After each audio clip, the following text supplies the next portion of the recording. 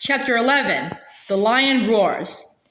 When the whole party was finally awake, Lucy had to tell her story for the fourth time. The blank silence which followed it was as discouraging as anything could be. "I can't see anything," said Peter after he had stared his eyes sore. "Can you, Susan?" "No, of course I can't," snapped Susan, "because there isn't anything to see. She's been dreaming. Do lie down and go to sleep, Lucy." "And I do hope," said Lucy in a tremulous voice, "that you will all come with me, because I'll have to go with him whether anyone else does or not." "Don't talk nonsense, Lucy," said Susan. "Of course you can't go off on your own. Don't let her, Peter. She's being downright naughty." "I'll go with her if she must go," said Edmund. "She's been right before." "I know she has," said Peter, "and she may have been right this morning. We certainly had no luck going down the gorge. Still, at this hour of the night, and why should Aslan be invisible to us? He never used to be. It's not like him. What does the DLF say?" "Oh, I say nothing at all," answered the dwarf. "If you won't go, of course, I'll go with you. And if your party splits up, I'll go with the High King. That's my duty to him and King Caspian. But if you ask my private opinion, I'm a plain dwarf who doesn't think there's much chance of finding a road by night where you couldn't find one by day. And I have no use for magic lions, which are talking lions and don't talk, and friendly lions, though they don't do us any good, and whopping big lions, though nobody can see them. It's all bilge and beanstalks as far as I can see." "He's beating his paw on the ground for us to hurry," said Lucy. "We must go now. At least I must." "You've no right to try to force the rest of us like that." "It's 4-1, and you're the youngest," said Susan. "Oh, come on," growled Edmund. We've got to go. There'll be no peace till we do." He fully intended to back Lucy up, but he was annoyed at losing his night's sleep and was making up for it by doing everything as silkily as possible. "On the march, then," said Peter, wearily fitting his arm into a shield strap and putting his helmet on. At any other time, he would have said something nice to Lucy, who was his favorite sister, for he knew how wretched she must be feeling, and he knew that, whatever had happened, it was not her fault. But he couldn't help being a little annoyed with her all the same.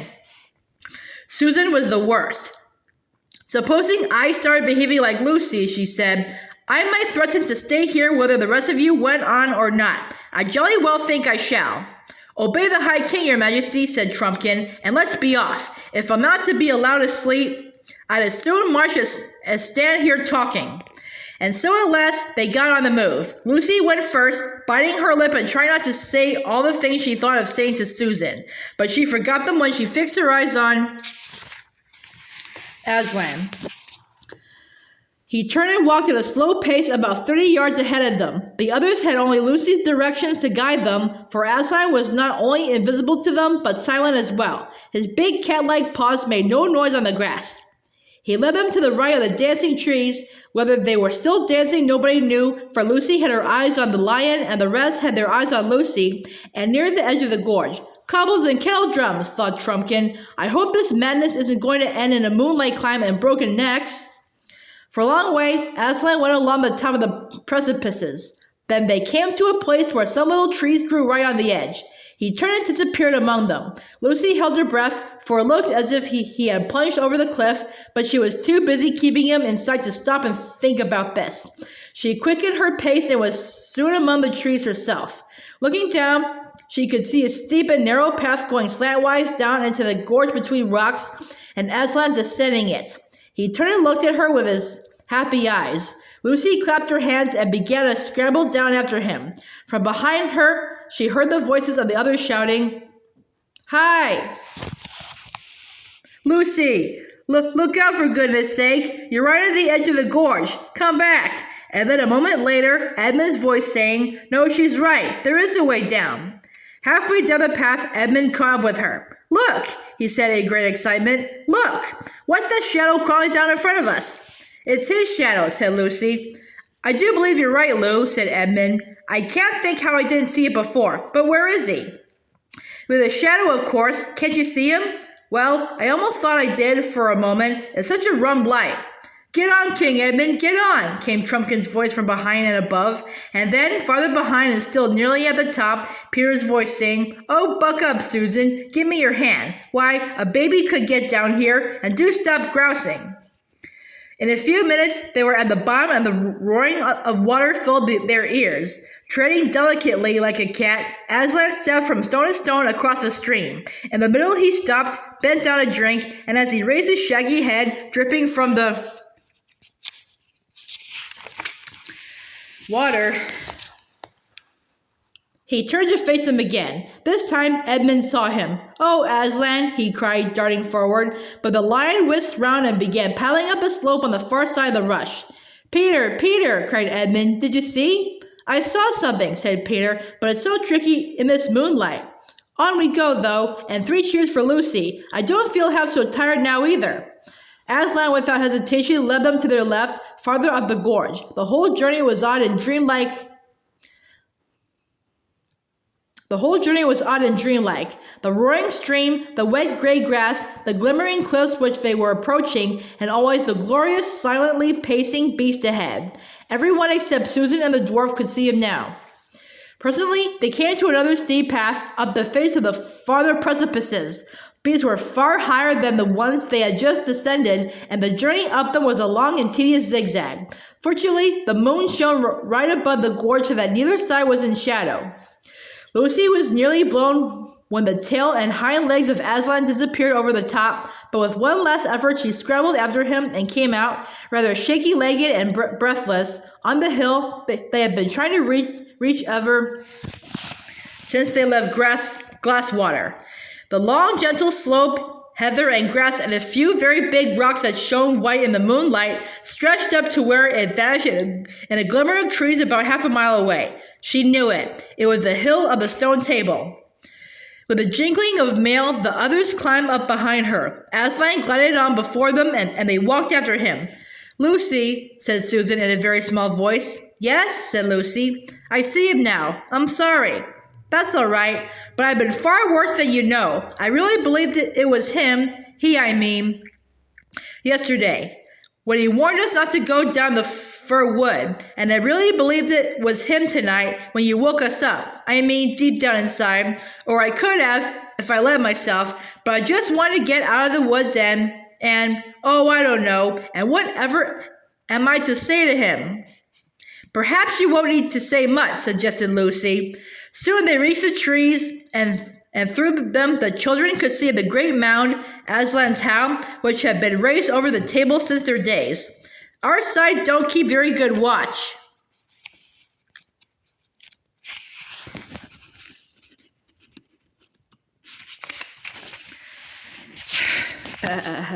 Muttered Trumpkin.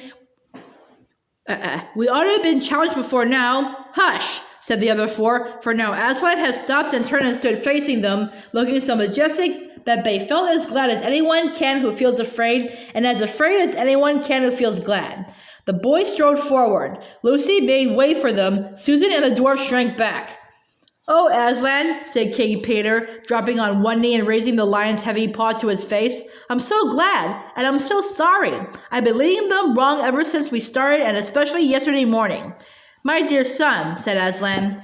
Then he turned and welcomed Edmund. "Well done," were his words.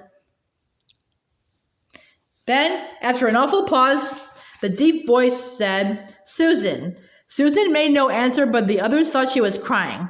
"You have listened to fears, child," said Aslan. "Come, let me breathe on you. Forget them. Are you brave again?"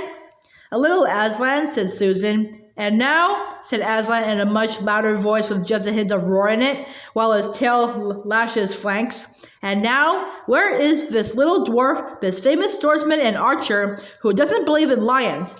Come here, son of earth, come here." And the last word was no longer the hint of a roar, but almost the real thing. "Race and wreckage!" gasped Trumpkin in the ghost of a voice. The children, who knew Aslan well enough to see that he liked the dwarf very much, were not disturbed, but it was quite another thing for Trumpkin, who had never seen a lion before, let alone this lion. He did the only sensible thing he could have done, that is, instead of bolting, he tottered toward Aslan. Aslan pounced. Have you ever seen a very young kitten being carried in the mother cat's mouth? It was like that. The dwarf, hunched up in a little miserable ball, hung from Aslan's mouth. The lion gave him one shake and all his armor rattled like a tinker's pack, and then... Hey, presto, the dwarf flew up in the air. He was as safe as if he had been in bed, though he did not feel so. As he came down, the huge velvety paws caught him as gently as a mother's arms and set him right way up, too, on the ground. Son of Earth, shall we be friends? Asked Aslan. Yes, panted the dwarf, for it had not yet got its breath back. Now, said Aslan, the moon is setting. Look behind you. There is the dawn beginning. We have no time to lose. You three, you sons of Adam and son of Earth, hasten into the mount and deal with what you will find there. The dwarf was still speechless, and neither of the boys dared to ask if Aslan would follow them. All three drew their swords and saluted, then turned and jingled away into the dusk. Lucy noticed that there was no sign of weariness in their faces. Both the High King and King Edmund looked more like men than boys. The girls watched them out of sight, standing close beside Aslan. The light was changing. Low down in the east, Erether, the morning star of Narnia, gleamed like a little moon. Aslan, who seemed larger than before, lifted his head, shook his mane, and roared. The sound, deep and throbbing at first like an organ beginning on a low note, rose and became louder, and then far louder again, till the earth and air were shaking with it. It rose up from that hill and floated across all Narnia. Down in Mraz's camp, men woke, stared palely in one another's faces, and grasped their weapons. Down below that in the great river, now at its coldest hour, the heads and shoulders of the nymphs and the great weedy bearded head of the river god rose from the water. Beyond it, in every field and wood, the alert ears of rabbits rose from their holes, the sleepy heads of birds came out from under wings, owls hooted, vixens barked, hedgehogs grunted, the trees stirred. In towns and villages, mothers pressed babies close to their breasts, staring with wild eyes, dogs whimpered, and men leaped up groping for lights. Far away on the northern frontier, the mountain giants peered from the dark gateways of their castles.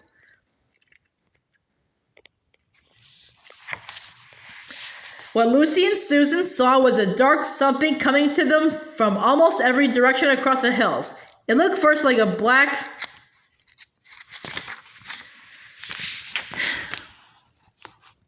mist creeping on the ground, then like the stormy waves of a black sea rising higher and higher as it came on, and then at last, like what it was on the move. All the trees of the world appeared to be rushing toward Aslan. But as they drew nearer, they looked less like trees, and when the whole crowd, bowing and curtsying and waving thin, long arms to Aslan, were all around Lucy, she saw that it was a crowd of human shapes. Pale birch girls were tossing their heads.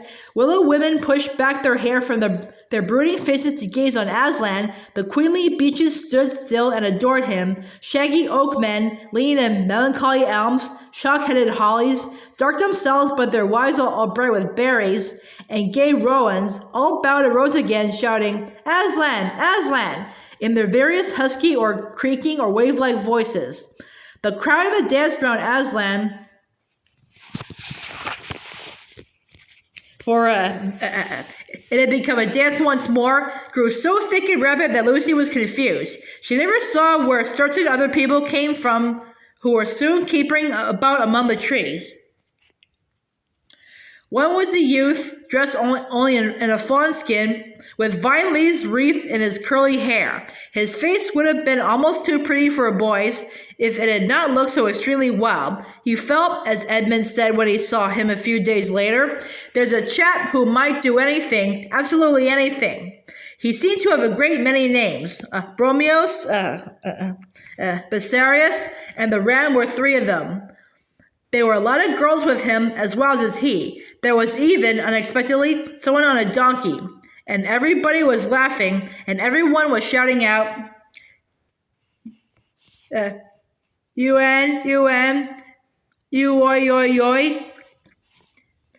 Is it a romp, Aslan? Cried the youth.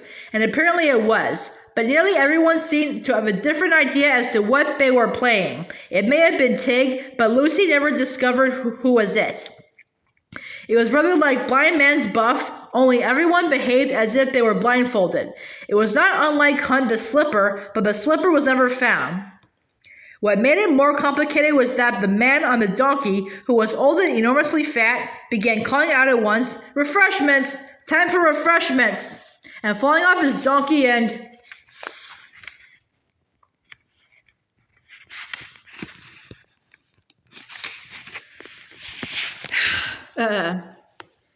being bundled onto it again by the others, while the donkey was under the impression that the whole thing was a circus and tried to give a display of walking on its hind legs.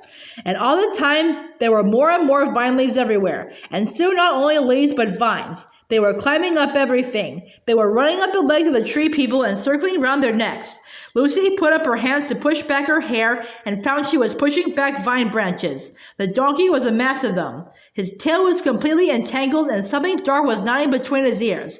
Lucy looked again and saw it was a bunch of grapes. After that, it was mostly grapes, overhead and underfoot and all around. "Refreshments! Refreshments!" roared the old man. Everyone began eating, and whatever hothouses your people may have, you have never tasted such grapes. Really good grapes, firm and tight on the outside, but bursting into cool sweetness when you put them into your mouth, were one of the things the girls had never had quite enough of before. Here, there were more than anyone could possibly want, and no table manners at all. One saw sticky and stained fingers everywhere, and, though mouths were full, the laughter never ceased, nor the yelling cries of you, oi, oi, oi, oi.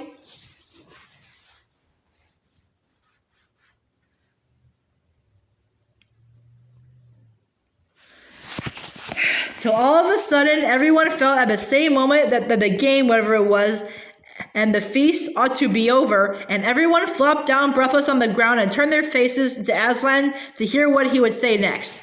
At that moment, the sun was just rising, and Lucy remembered something and whispered to Susan, "I say, Sue, I know who they are." "Who?" "The boy with the wild face is Bacchus, and the old one on the donkey is Silenus. Don't you remember Mr. Tumnus telling us about them long ago?" "Yes, of course. But I say, Lou, what? I wouldn't have felt safe with Bacchus and all his wild girls if we met them without Aslan." "I should think not," said Lucy.